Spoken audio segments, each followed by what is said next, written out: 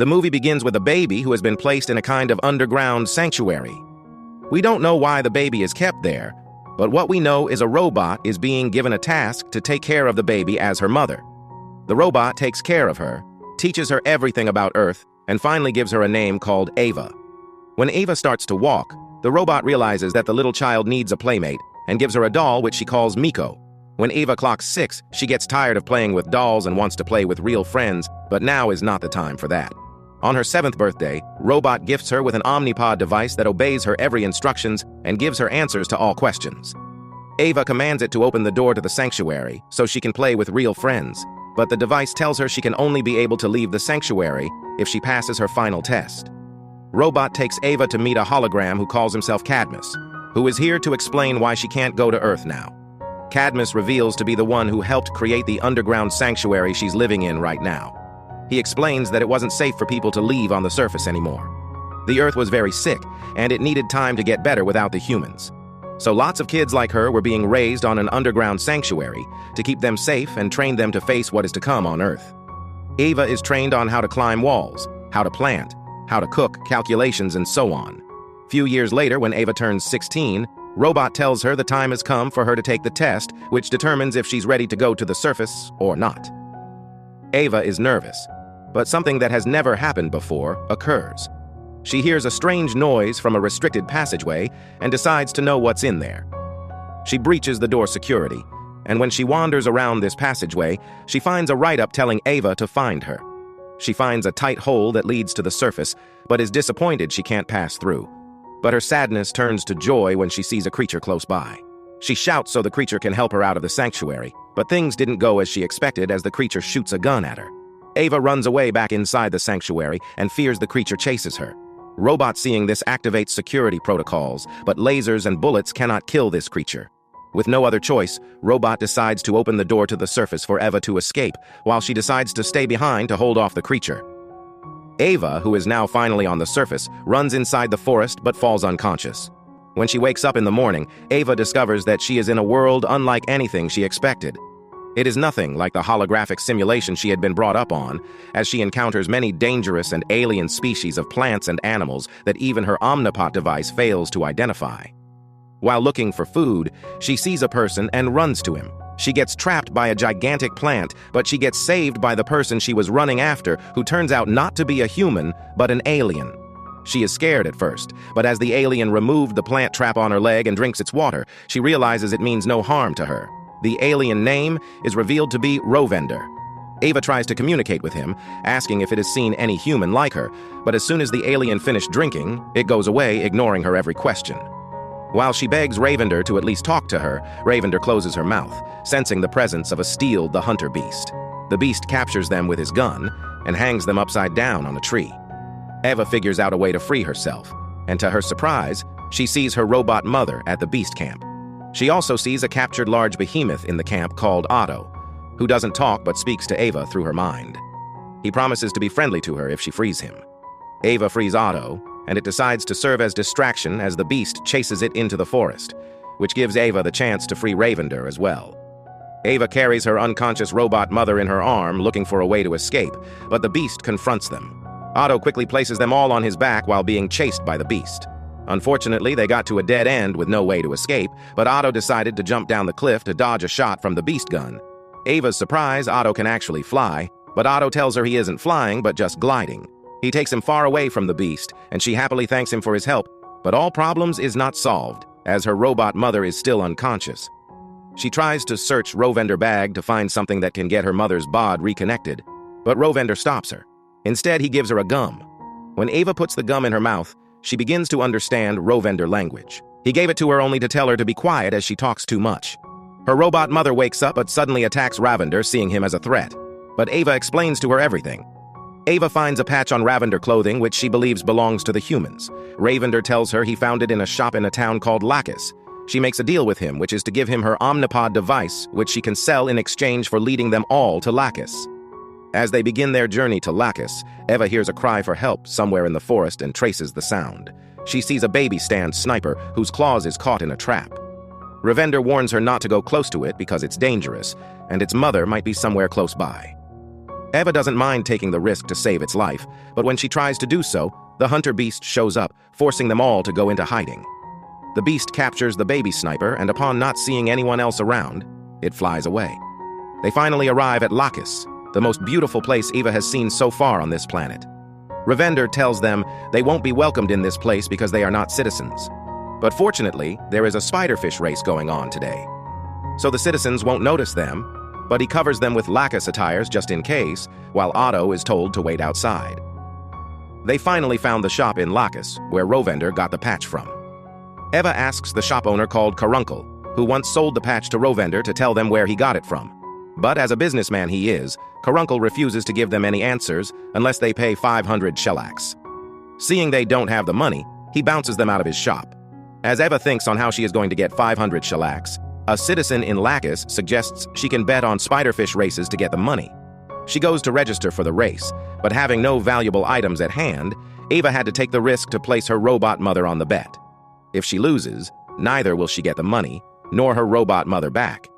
Eva mistakenly picks the slowest spiderfish for the race, making Rovender so sure that she is going to lose.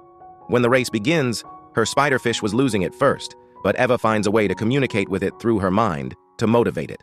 Her spiderfish wins the race. Winning the race means winning the bet, so Eva is able to win the 500 shellacs, and her robot mother is giving back to her. She gives Rovender the money for safekeeping, as tomorrow morning they will go to Caruncle's shop and pay him for the information she needs. Night has arrived, and the hunter bees can find them any moment, so Robot suggests they find shelter.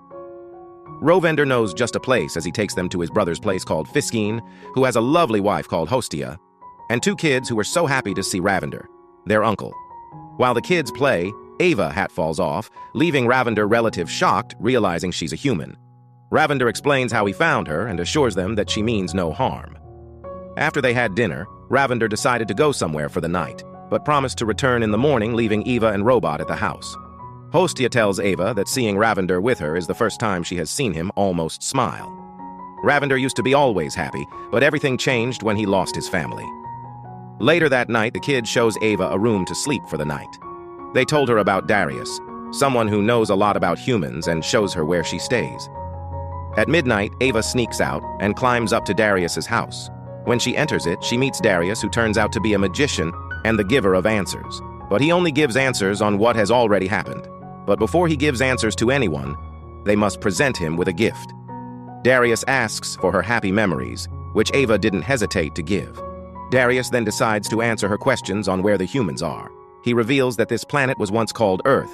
He tells a story on how he arrived on Earth with his fellow alien species, led their king, Oho, who perceived the planet to be an open plain, rid with the potential of life.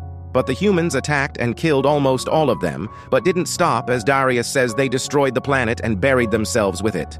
The remaining alien survivors decides to rebuild the planet and changes it from Earth to what they call Orbona. Eva could not believe the humans could do this. Darius looks at her happy memories and is angry to discover Eva is a human, the kind who hunted them down. He furiously orders her out of his house, calling her a monster. Eva is sad that her kind would do such terrible things. They were supposed to rebuild the planet, but Darius said they destroyed it. While she cries, feeling she might be the only human, she remembers the patch which she believes belongs to a human, and goes to find out where it came from. They were supposed to use to pay Caruncle for informations. Ravender doesn't want to help her on her quest, and tells her to be on her own from now on. Eva goes alone to meet Caruncle with half the money.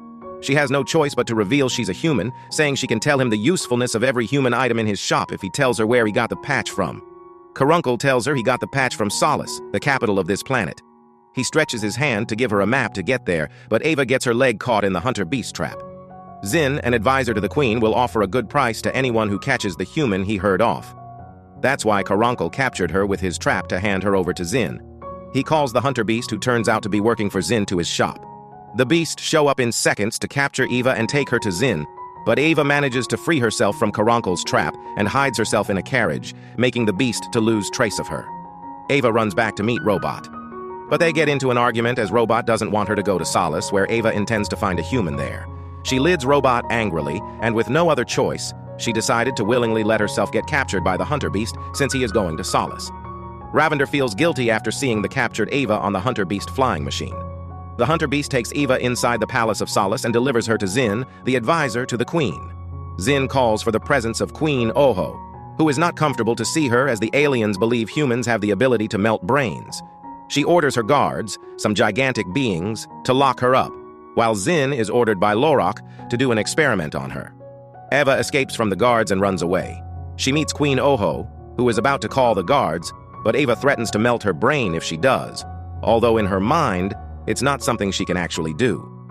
After a little conversation, Queen Oho learned that Eva is not actually bad as what she was told humans are, and they become friends. The queen takes Eva to a place in the palace where her dad, the former king, stored different ancient human artifacts. Her father loved all the things humans made, that's why he stored them here. Queen Oho explained to Eva that she has no power in the palace. After the king died, the powers was placed in the hands of this alien called Lorak until the queen finishes her education. Queen Oho, who sees Eva as her first and only friend, decided to assist her in finding other humans. She takes Eva to a place where she stored one of the most greatest human artifact, a car, which she calls the goldfish. She tells Eva to take the car and use it to find her people. But Zin and Lorak shows up. Lorak orders the guards to capture her even when the queen begs to let Eva be, calling her a friend. Lorak tells Zin, who is not just the palace advisor but also a scientist, to make experiment on her, because he wants to find out how a fragile, weak creature like the humans were capable of dominating Earth. Eva manages to distract Zin and escapes from his laboratory. The guards chases her, but the queen shows up with a goldfish to rescue her. Upon learning from Eva to conquer her fears, the queen decided to go challenge Lorak to take back her throne. She tells Lorak to hand over her scepter, the symbol of authority, and step down from her throne. The guards, seeing the childish queen now standing up to Lorak, decided to support the queen on her rights. Lorak, with no other choice, hands over the scepter. The queen gives Eva the location of the ruined human civilization beyond a dangerous desert, and Eva decided to go there believing she can find a human there. She says goodbye to Queen Oho and begins her journey. On her way, she reunites with Robot and Otto, who couldn't leave her all by herself. They decided to follow her to the location to the other humans. They see Rovender on the road, who decided to join them on the journey, and Eva is so excited as she sees the human city from afar. A narrow bridge is what leads to the city, but crossing it is really dangerous because there is a lake of sulfuric acid beneath it. The other option they have, to lead them inside the city, will take them 5 days, so they have no choice but to take the risk. Just as they got to the middle of the bridge, they find out the other parts of the bridge is damaged, and according to Roba, they have no chance of survival if they cross. Eagle persuades the team to enter Goldfish to cross, but at the moment, they almost cross the bridge. The engine fails. The Goldfish falls inside the sulfuric acid, leaving Eva and the teen trapped, as there is no way back and there is no way front. Eva cries as it's all her fault for putting them in danger, but Ravender tells her that she instead changed his life.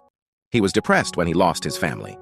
But meeting Eva changed everything. They remember that Otto can glide, and they decided to use him to glide to the city before this to be possible. They need to climb something really high. The risk they are about to take is way too much, but greater things in life comes with risk. They struggle to climb to a very high metal in the bridge, and fortunately, they manage to make it. Now as for the final step, they all climb on Otto's back, who glides them into the city. Eva is so excited as she runs into the city looking for humans, but what she sees next breaks her heart. All she saw in the city is graveyards and decayed corpses. Eva cries as she realizes that she is the last human on Earth. Out of nowhere, the hunter beast suddenly shows up and attacks Eva, but Otto, Robot, and Rovender defends her. While they fight the beast, they tell Eva to run and try and survive since she's the last human. The beast defeats and traps them and goes after Eva again. While Eva hides, we find out it was Lorak who sent the beast to kill her. The beast catches her, but Eva manages to stab it in his arm and takes his weapon, which she used to release a force that sent him flying like a piece of shit. This beast refuses to die and tries to shoot her, but Robot shows up and uses her body to shield to save Eva. That sand sniper baby that Eva tries to save back at the forest shows up to her rescue, but it didn't come alone. It brought his whole family to fight the beast, and has well brought its mother, who finishes it up in seconds. Eva cries as Robot says her last words and dies. An airship lands in front of them, and a human called Cadmus comes out, saying he is here to take Eva to her homeland. That was how the movie ended. If you love animation movies, please subscribe to this channel and keep watching. Bye.